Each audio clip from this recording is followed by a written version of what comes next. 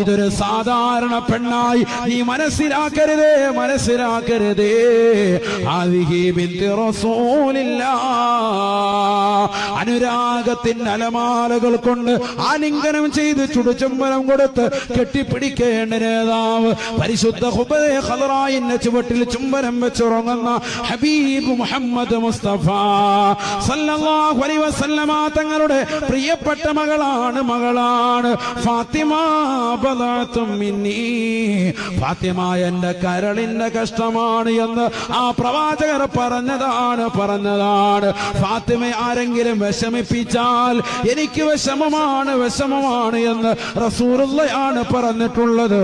ഇത് റസൂലുള്ളാന്റെ പ്രിയപ്പെട്ട മകളാണ്.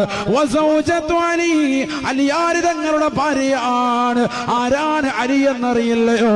അന മദീനത്തുൽ ഇൽമി വലിയും ബാബുഹാ.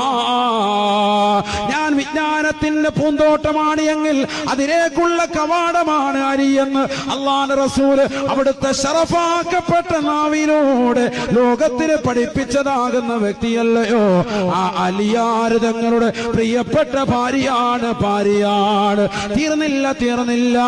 ഉമ്മുൽ ഹസനി വൽ ഹുസൈൻ, റസൂലുള്ളാഹിക്ക് ഏറ്റവും ഇഷ്ടപ്പെട്ടതാകുന്ന റസൂലുള്ളാഹിന്റെ പേരക്കിടാങ്ങളാണ്.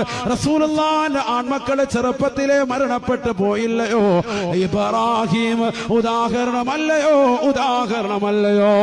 ആ റസൂലുള്ളാഹിന്റെ മക്കൾ മരണപ്പെട്ടു പോയപ്പോ റസൂലുള്ളാഹിക്ക് ഏറ്റവും പ്രിയം തന്റെ പേരമക്കളോടാണ്.